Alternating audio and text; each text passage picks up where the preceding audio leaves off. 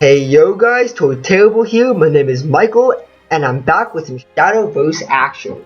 So today we'll be going over the deck list of the deck I used in my previous video, Aggressive Shadowcraft. Get right into it. So the first card you'll see here is Goblin. Goblin is just a 1.12, nothing special about it, which is kind of sad, but it helps maintain a consistent roster of 1-drops, because in an aggressive deck, playing a 1-drop is a very important way to start pushing damage towards face, and to start establishing an early game board control. So yeah, it's just 1.12, simple, good. The next card, Skull Beats, is also a 1.12. It is strictly better than Goblin, but you want more consistent one drops, so that's why you play Goblin. And it has the last words gain 1 shadow. So it gains an extra shadow because when a follower dies, it produces a shadow. When you cast a spell, it produces a shadow. And these shadows are used in this deck for Skeleton Fighter, for Lesser Mummy, and for Phantom Howl. And so Skull Beast helps set up for those cards more efficiently than Goblin, although they both are 1.12s, which are pretty good cards to play on turn 1, whether going first or second. This next card, Skeleton Fighter, is slightly worse to play on turn 1 because it is only a 1.11, but it still is played sometimes. In fact, I play it quite a lot on turn 1 if I don't have anything else, because having that reliable turn 1 drop is just so important. On the other hand, Skeleton Fighter has another benefit. If you play it and you have 1 Necromancy, which is not that hard to get, keep in mind that, again, when anything dies, or if you cast any spell, you produce that 1 Necromancy, it gains +1/+1, turning it into a 1.2. That's really great. It's especially useful because on turn 4, this deck that has actually no 4-point followers, you don't really want to play Phantom Howl on turn 4, you want to use that as a finisher, same with Demonic Strike. So you can actually smooth out the curve, as it were, by playing Skeleton Fighter and one of the 3-point drops. If you have that 1 Necromancy, by turn 4 you probably will, you'll actually have a 2/2 and one of these great 3-point drops on the board, which is a pretty good way to establish a board and, kind of scare the opponent a little bit. The Skeleton Fighter is a good card. It's alright if you play it on turn 1, but if you play it afterwards when you actually have the Necromancy, now that's good. This next card is kind of interesting. So Soul Conversion sacrifices board presence for draw power, which may seem counterintuitive in an aggressive deck, but it's actually pretty good because near the end of the game, you may be top decking. And having Soul Conversion and a bunch of cheap followers to Soul Convert allows you to draw faster and hopefully finish off the opponent before they heal out of range, before they put in too many wards, before they, aggro you down first. It synergizes especially well with the Ghosts from Dark Conjurer and Phantom Howl. You may not be able to pull those combos off a lot. I actually don't use that very often, but I am thankful for when I do. It also helps produce shadows for, the later Phantom Howl, Lesser Mummy, and of course, Skeleton Knight. Anyways, this next card is kind of interesting. Unicorn Dancer Unica. It is a tech card in this deck, kind of, versus aggro, but in the end, it's still a pretty good card. It's a 2.22, which means it didn't get any stat reductions for its effect, and because it restores 2 defense to your leader at the beginning of the turn, it's basically a lightning rod for aggro decks to kill. Even for control decks, they want to remove it so that they don't start losing the damage they just did to you if they did any damage to you. So it's basically, if you play it, it's a 2.22, which is a great body, and it also takes attacks. It forces people to trade into it, especially aggro decks, which is really great. Helps with the aggro versus aggro matchup a lot. Generally a good card. This next card, Sparkling Sergeant, is pretty basic, 2.22, gains 1 shadow when played. It's especially useful versus Havencraft decks if they've started banishing your followers, because when your follower is banished, it won't produce a shadow, meaning you can't have that shadow for Lesser Mummy, for Skeleton Fighter, or for Phantom Howl. So Sparkling Sergeant guarantees that you will have at least 1 shadow, and those shadows begin to add up. The 2.22, not understated, solid card. Lesser Mummy is also a 2.22, and oftentimes you will actually play Lesser Mummy just as a vanilla 2.22. That may seem bad, but again, with aggressive decks, you're not really going for value plays. You're just trying to hit face as hard as possible with as many things as possible, and Lesser Mummy as a cheap follower, 2.22 normal stats, can really help with that by establishing a big board. However, Lesser Mummy also has an added benefit. If you have 4 Necromancy, and actually 4 Necromancy is kind of difficult to get with this deck, for whatever reason, by turn 2 it's nigh on impossible. But if you have 4 Necromancy and you play this card, it gains Storm. So that's basically 2 damage for 4 Necromancy. That's less efficient than Phantom Howl, which is 1 damage for 1 Necromancy, but Lesser Mummy also establishes that 2/2 on the board, which can be threatening. Worst case scenario, which isn't, again, really bad, it's just a 2.22, you play it on curve, you play it to have that thing on the board, it's there. Another card you sometimes play just to have it on the board is Dark Conjurer.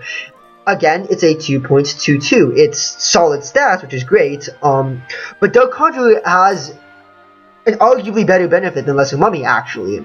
So, if you have an evolved follower on the board, Dark Conjurer summons a 1/1 ghost. This ghost can be soul converted, and it, of course, is 1 damage basically anywhere on the board, assuming the opponent doesn't have a ward.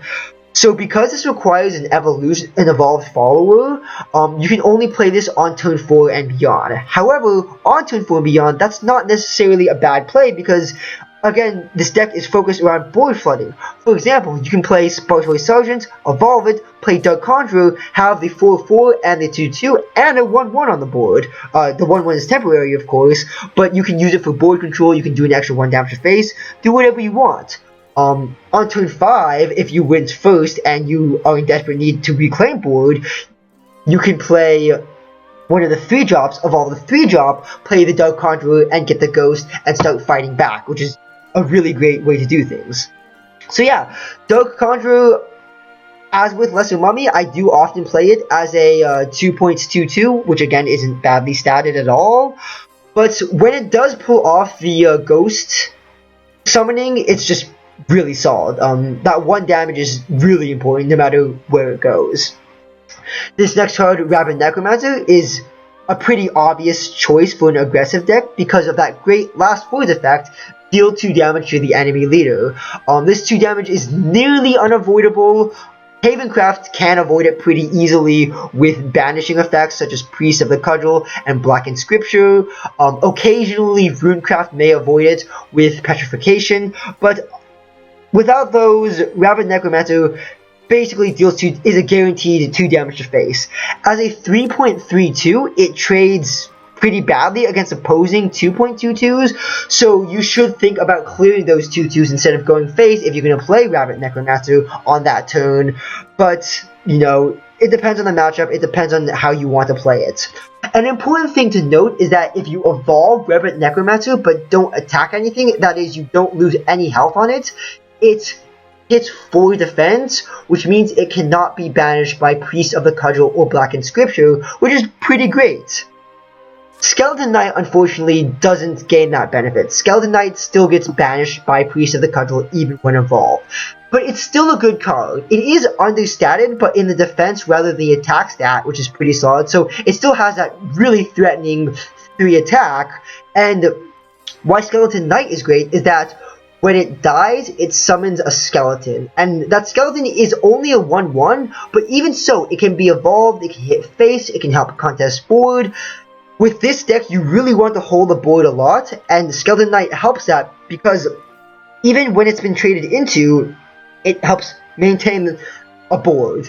I usually play it before I play Rabid Necromancer because I like keeping up the board early, and the 2 damage usually isn't important until near the end when I'm really trying to push them down. So yeah, it's a solid card. It does get banished really easily and really often, which is Havencraft, which is unfortunate. But other than that, it's a pretty good card.